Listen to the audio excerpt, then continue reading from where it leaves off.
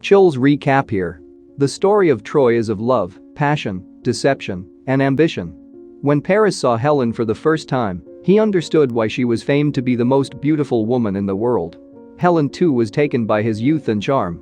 Thus started the most talked about epic tragic romance of all times. Filled with revenge, tragedy, intrigue, and political aspiration, Troy is the story of how two kingdoms went to war over the beauty and erotic love of one woman. Spoilers ahead, may love and happiness continue to follow you in your life.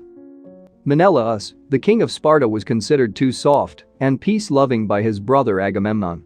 It was a time when Troy was considered the biggest rival of an emerging Greek nation ruled by Sparta. The king was in favor of making peace with Troy, while Agamemnon was looking for ways to entice his brother from head-on war. The love and passion shared between Helen and Paris kindled the flames that burned down the peace between the two superpowers of that time into smoke. Achilles, son of Peleus, is a warlord favored by the gods and feared by the men who faced him. Although he hated Agamemnon to his core, he fought for him in the name of the Greek nation. The king knew that his best warrior was not under his control, but he also knew that there was no one better on the battlefield than him, so he tolerated him. Such was the relationship between the king and his strongest warlord. On a fateful night, when Hector, the prince of Troy, and Paris, his younger brother, were in Sparta for peace talks and celebrations, Prince Paris saw Helen for the first time at the celebration dinner thrown by King Menelaus. The moment eyes met, Paris knew he wanted her. Helen was no different, she kept staring at Paris, as if trying to convey that she reciprocated his feelings. After some time, she got up and left the hall and Paris followed. They both understood the danger of what they were doing, but their passion and lust for each other were probably greater than everything. Unable to control herself, Helen kissed Paris so passionately and longingly that Paris just pushed her onto the bed and made love.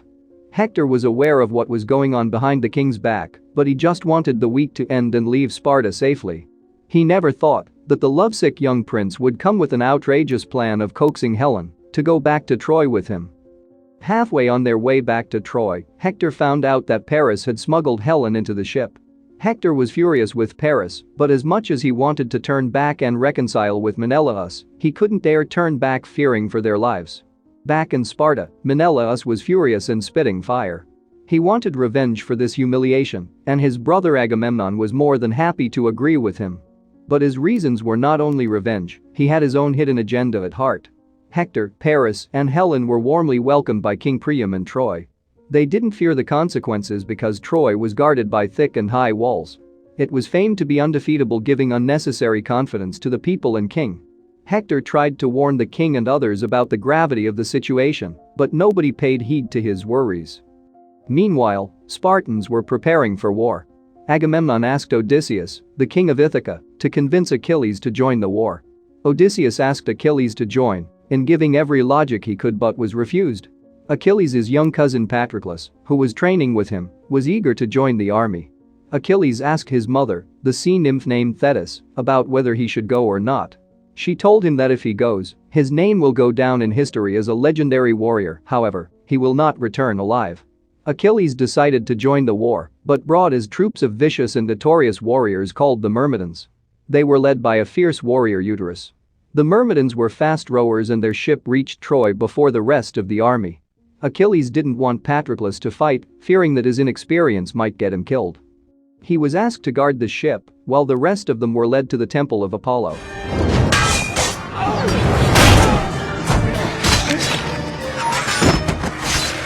Achilles took over the temple and captured the priestess Briseis. She was also the cousin of Hector and Paris. Eutorus warned Achilles not to disrespect the gods, but Achilles in his arrogance beheaded the statue of Apollo. Hector led the defense and faced Achilles, but he refused to fight him. Achilles challenged him to fight in front of the audience. He let Hector return to the castle. Agamemnon and Achilles had a rift about how the first attack was handled. To get back at Achilles, Agamemnon takes Briseis from him. Achilles retaliated, but Briseis stopped him, saying that she doesn't want anyone fighting for her. On the other hand, the council in Troy is having a debate of their options. Some were in favor of diplomatic solutions, while the majority wanted to fight the Spartans. The high priest of Troy told the king that the gods sent signs about winning the war. Hector was not in the favor of signs, he was not in favor of fighting at all. If no other option was left, He wanted a proper strategy for the war. Paris felt guilt and remorse over dead soldiers in the first conflict at the Temple of Apollo. He stood up and declared that he would challenge Menelaus for the right of Helen. Hector opposed it because he knew that Paris was no match for the king. The next day, the two armies were face to face, but Achilles did not join the Spartan army. Both sides were anxious because of their reasons. Paris challenged Menelaus, but Agamemnon didn't want that because he didn't want to end it without fighting. He was here for Troy, for his greed for power. Menelaus suggested that he would combat Paris, and when he kills him, Agamemnon can attack. With this dishonest intention, they start the duel. As expected, Paris was no match.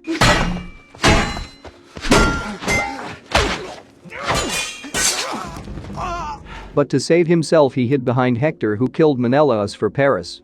Agamemnon ordered his troops to attack to avenge his brother. The Spartans fell into the hands of Trojans. Due to the lack of any strategy on the Spartans' side, they lost the battle. Hector, who was a renowned general and warrior of Troy, came out a hero. The valor with which he fought and commanded his troops was what won the battle for Troy. Achilles witnessed this fiasco along with his men. Agamemnon had to fall back to his ships. Trojans celebrated their first victory, while Agamemnon's camp was demoralized. His council members advised him to either go back home or make peace with Achilles. He hesitated to argue about the importance of one man in the army, but Odysseus told him what one single man, Hector, did that day. Reluctantly, he agreed with him and asked him to talk to Achilles. Briseis was given to the soldiers for their amusement by Agamemnon. They tortured her and were about to brand her when Achilles stepped in and saved her. He took her in his arms and into his tent. He tried to clean her wounds, but she refused to be touched by him. He offered her food and eventually she gave in. She waited for the night to kill him, but instead fell for his masculinity and sex appeal. Achilles too could not resist her charm and courage. They ended up sleeping together and falling in love with each other. Odysseus tried to persuade Achilles, but he has had enough with the war. He planned on going back with Briseis. He planned on marrying her and raising his family. His cousin Patroclus confronted him and against his will he joined the army. The Trojans were blinded by their confidence and good omens the priest saw. Again Hector tried to reason with them, logically stating that the Myrmidons didn't fight nor did Achilles. He said if they attack, they would force the Myrmidons to again join forces with the Greeks. But the generals and council members convinced the king to attack at dawn. King Priam paid no heed to Hector's warnings and ordered the attack. Near dawn, as the Spartans were still sleeping, they heard the trumpets of war. The troops hurried to assemble to fight, but they saw fire rolling the ground towards them.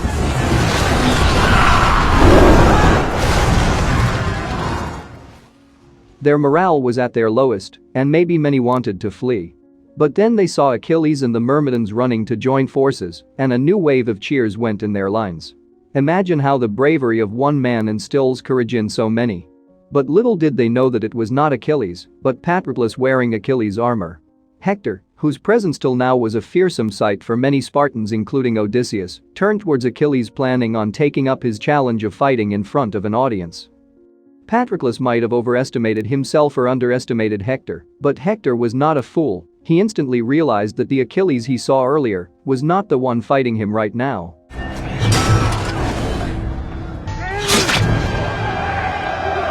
He realized that the warrior he just killed was much younger and inexperienced than Achilles. He took off his headgear, and his doubt was confirmed. He felt that the result of this would be bad for everyone. He not only felt bad that Achilles was still alive, but also for killing a young man who was not in the same league as himself. But what was done, maybe that is the most crucial thing about wars, you cannot undo things. Hector went to Odysseus and told him that this should be enough fighting for one day. He agreed because he couldn't figure out how Achilles might react to this. As expected, Achilles was furious as he learned about Patroclus. He got to know what happened, but his anger knew no limit. As he burned Patroclus on the pyre, Achilles swore that he would avenge his cousin. Hector told his wife about what happened today and how he killed Achilles' cousin. He also showed her the hidden path out of Troy in case things get worse and something happens to him. He wanted her and his son to be safe and away from the city. His wife, Andromache, was very fearful for the fate of Troy and Hector, but promised him that she would take their son and leave.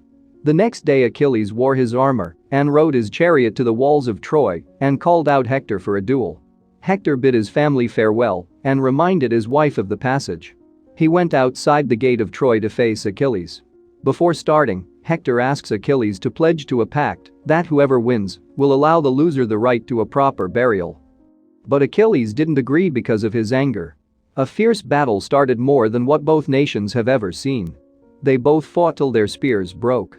It was as if titans were fighting, both admirable, both daunting.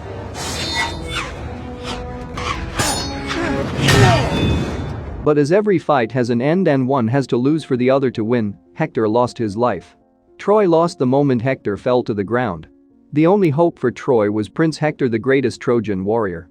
But Achilles' anger was still not over. He tied the corpse to his chariot and ran across the battlefield, as if mocking the Trojans of their ill fate. His hatred and loss didn't allow him to give Hector a proper burial. As Troy fell into darkness and misery, the Spartans were rejoicing. Patroclus' death has been a blessing for Greeks and Agamemnon. Without this duel, he had no chance in hell to win Troy. At night, Achilles had a visitor. It was King Priam. He revealed his identity and kissed Achilles' hands and told him that he endured so much at his hands and now even kissed those hands. Achilles told him that he is courageous in coming to the enemy lines alone and unarmed, but he won't return Hector as he killed his cousin. Priam reminded Achilles that Hector mistook Patroclus for him. He also asked him if he never killed cousins, sons, husbands, and brothers. Achilles was dumbfounded as guilt and magnanimity of his actions started sinking in. Priam told Achilles that his father was lucky enough to die before seeing him die. He told Achilles that even enemies should be decent enough to show respect, especially to the dead. Achilles allowed him to take Hector and promised that Troy will not be attacked for 12 days, the proper time for the rituals. Before letting them go, he cried beside Hector and called him his brother. He then told Priam that Hector was the bravest of the men he ever fought. Priam took Hector and Briseis with him. Achilles apologized to Briseis as well and then gave her a necklace. Agamemnon was not happy when he learned about this agreement between Priam and Achilles. While the Trojans were fulfilling the burial rituals of Prince Hector, the Spartans were thinking of ways to get inside the walls. Odysseus thought of a unique plan while watching a soldier carve a wooden horse for his son back home. He ordered a huge wooden horse to be made that can hide soldiers. Achilles ordered Eutorus to take his man back home. After 12 days, the Trojans found out that the Spartans had left behind a huge wooden horse as a gift.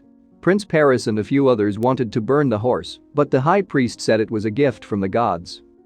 They were so relieved that none of the wise men questioned the purpose of the horse and took it back inside the gates of Troy. At nightfall, the soldiers hiding inside the horse came out and opened the gates to let in the army that was hiding with their ships anchored at the other side. After that, all hell breaks loose for Troy. The Spartans started burning the city down and killing anybody that came in their way. Blood was spilled like water. The castle looked as if made of twigs. Andromache took her son and all the people she could gather and went towards the hidden path. Paris and Helen also started gathering people and guiding them out of Troy. Achilles was looking for Briseis, but she got caught by Agamemnon. She stabbed him in the neck and killed him with the dagger she was hiding in her sleeve. Paris saw Achilles holding Briseis and took his bow and arrow and shot at Achilles as many times as it took to kill him. Briseis desperately tried to stop Paris, but the prince had to avenge Hector. Achilles told Briseis to go with Paris and save herself from the Spartans. She didn't want to leave the man she loved, but Achilles wanted to protect the love of his life. Paris took her hand and dragged her to the safe passage while Achilles took his last breath. The story of Troy is indeed a great tragedy and an epic drama, but not because the undefeatable city of Troy was lost, but because the two greatest warriors of their time lost their lives for the war they did not want to fight. Too many men died because of the greed and ambition of a king who couldn't live to celebrate his victory. Troy did not fall because of war, but because of love. Agamemnon's love for power, Paris and Helen's love for each other, and lastly Achilles and Hector's love for their nations. Subscribe to watch more videos like this. Turn on notifications. And leave a like, it really helped the channel out. Thank you for watching.